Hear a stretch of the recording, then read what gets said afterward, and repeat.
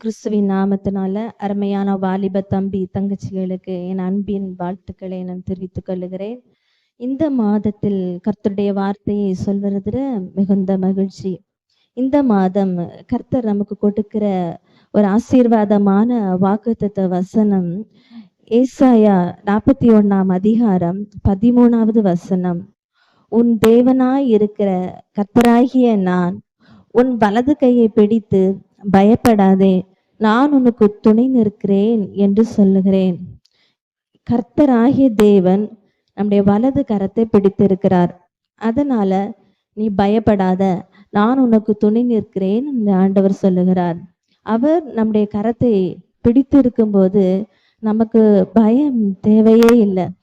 எத்தனை சூழ்நிலைகள் நம்மளை நெருக்கி வந்தாலும் கர்த்தர் நம்முடைய கரத்தை பிடித்து இருக்கும்போது நாம் பயப்பட வேண்டாம். ஆண்டவர் நமக்கு துணையாயிருப்பார். வேதாகமத்தில் கர்த்தர் துணையாக நின்ற ஒரு மனிதனுடைய சரித்திரத்தை உங்களுக்கு நான் சொல்லி நான் உங்களுக்காக ஜெபிக்க விரும்புகிறேன். 1 சாமுவேல் 13 14 அதிகாரத்தை நாம் பார்த்தோம் என்றால் அதுல ஒரு தெய்வ மனிதன் இருக்கிறார், சவுல் என்றதான ஒரு மனிதன். அவர் ராஜாவாக இருந்தார். அவர் இருந்த நாட்கள்ல பிலிஸ்தியர்கள் யுத்தத்துக்கு சவுலுக்கு எதிராக புறப்பட்டு வந்தார்கள். அந்த பெலிஸ்தியர்களுடைய படைகள் எப்படி இருந்தது என்றால் 30,000 ரதமும் 6,000 குதிரைகளும் கடற்கரை மணலத்தனையான ஜனங்களோடு அந்த படை யுத்தத்துக்கு சவுலுக்கு எதிராக புறப்பட்டு வருகிறது. மிகுந்த ஜனங்களோடு வருகிறான். வந்து 3 படையாக பிரிந்து சவுல் அவனுடைய ஜனங்களை சுற்றி கொள்ளுகிறார்கள். சவுல் கூட இருந்த எல்லா ஜனங்களும் பயந்துட்டாங்க. நம்மெல்லாம் மடிந்து போவோம், செத்து போயிரோன்னு பயந்து எல்லாரும் ஓடி ஒளிந்தாங்க. கெபிகள்ல, மலைகள்ல, குகைக்குள்ளால போய் ஒளிந்து கொண்டார்கள் பயத்துல. சவுல மிகவும் பயந்து போனான். எப்படி என்னால இதை ஜெயிக்க முடியும் என்று மிகுந்த நெருக்கப்பட்டான். சவுல் ராஜா மிகுந்த நெருக்கப்பட்டான். எல்லா ஜனங்களும் போனோன்னு தன்னுடன் எத்தனை ஜனங்கள் இருக்கிறார்கள் என்று அவன் எண்ணி பார்க்கும்போது அவனிடத்துல 600 பேர் தான் இருக்கிறார்கள். இந்த 600 பேரை கொண்டு அவ்வளோ பெரிய படைகளை நாம் எப்படி ஜெயிப்பது என்று ஒரே குழப்பம், மனக்கலக்கத்துல இருந்தான்.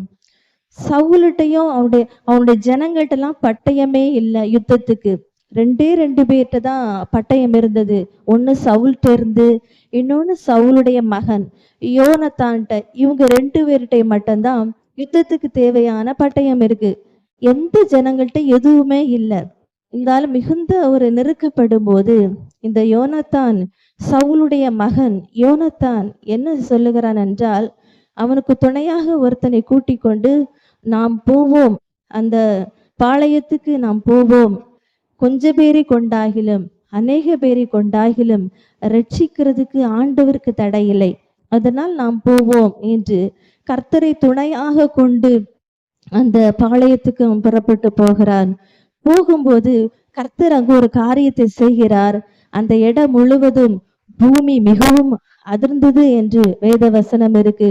பூமி அதிர்ந்தவுடன் ஒருத்தருடைய பட்டயம் ஒருத்தருக்கு விரோதமாக எழும்பி அந்த இடம் முழுவதும் கலகம் உண்டானது மாத்திரமல்ல, அதுல ஒரு பெரிய வெற்றியை, யோனத்தானை கொண்டு அதுல ஒரு பெரிய வெற்றியை ஆண்டவர் கட்டளையிடுகிறார். சவுலும் அவனோடு இருந்த ஜனங்களும் அதிர்ச்சி அடைந்தார்கள். இவ்வளவு பெரிய ஒரு ரட்சிப்பை ஆண்டவர் நமக்கு கொடுத்திருக்கிறார்னு அந்த ஜனங்கள் சொன்னதான ஒரு வார்த்தை, கர்த்தர் துணையா இருந்ததுனால தான் யோனத்தானால இப்படி ஒரு காரியத்தை செய்ய முடிந்தது என்று அந்த ஜனங்கள் எல்லாம் மிகுந்த மகிழ்ச்சி அடைந்தார்கள். இன்னைக்கு நம்முடைய வாழ்க்கைக்கும் ஆண்டவர் சொல்லுகிறதான ஒரு வார்த்தை, நீ பயப்படாத. உன் நெருக்கம் வரும்போதும் இக்கட்டான சூழ்நிலைகள் வரும்போதும் நீ பயப்படாத. ஒருவேளை எல்லாரும் நம்மளை விட்டு பிரிந்து போகலாம், எல்லாரும் நமக்கு எதிராக செயல்படலாம். நீ ஸ்கூலுக்கு காலேஜுக்கு போகும்போது உனக்கு நிறைய உபத்திரவங்களும் நெருக்கங்களும் உனக்கு வந்தாலும் ஆண்டவர் சொல்லுகிறார், நீ பயப்படாத, நீ திகையாத. நான் உனக்கு துணையா இருக்கிறேன் அப்படின்னு கர்த்தர் சொல்லுகிறார். நீ வெட்கப்பட்டு போகவே மாட்டார். ஒரு சில நேரங்கள்ல நான் வெட்கப்பட்டு போயிருவேனோ அப்படின்னு ஒரு கலக்கம் நம்மளுக்குள்ளால இருக்கலாம். நான் தோற்று போயிருவேனோ, என்னால மேலான இடத்துக்கு போக முடியாதோ, நான் உயர்வான இடத்துக்கு போக மாட்டேனோ, என் வாழ்க்கை இப்படி முடிந்து விடுமோ என்று பல கலக்கங்கள் நம்மளுக்குள்ளால இருக்கலாம். ஆனால் கர்த்தர் சொல்லுகிறார், நான் உன் கரத்தை பிடிச்சிருக்கிறேன், நீ பயப்படாத, நான் உனக்கு துணை நிற்கிறேன். பேதுரு என்கிற ஆண்டவருடைய ஒரு சீஷன் கடலுக்குள்ள நடக்கிறதுக்கு போகும்போது கடல்ல மூழ்கி போறான். மூழ்கி போகும்போது கர்த்தர் என்ன செய்யறாரு, அவனை கரத்தை பிடிச்சு அவனை தூக்குறாரு. இதே போல்தான் இன்னைக்கு நம்முடைய வாழ்க்கையில மூழ்கி போகிற ஒரு அனுபவம் இருக்கலாம். அவ்வளவுதான், என்னுடைய வாழ்க்கை முடிந்தது, நான் மூழ்கி போகிறேன், என்னால எழும்பி முன்னால வர முடியாது அப்படின்னு நீ நினைத்து கொண்டு இருக்கலாம். அருமையான தம்பி தங்கச்சி, உன்னுடைய வாழ்க்கையில் இன்னைக்கு ஆண்டவர் சொல்லுகிறதான வார்த்தை, கர்த்தர் உன் கரத்தை பிடிக்கிறார்.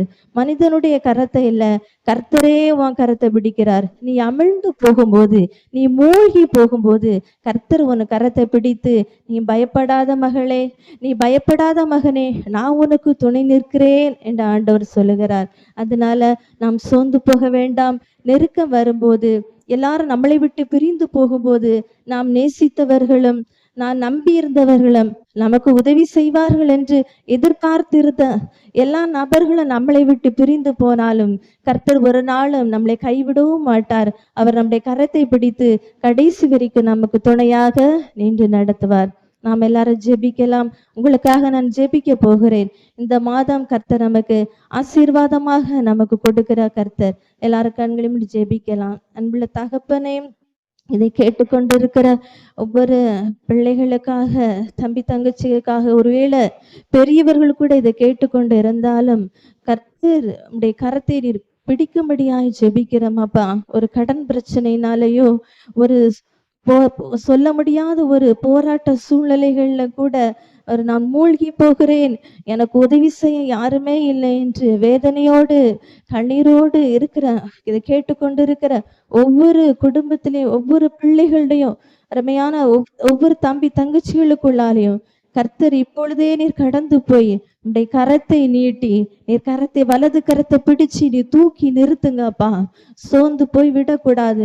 நான் அமிழ்ந்து போகிறேனோ என்று நினைக்கும் போது கர்த்தர் கரத்தை பிடிச்சு தூக்கி நிறுத்துவீராக. கர்த்தர் அப்படி செய்வதற்காக உமக்கு நன்றி.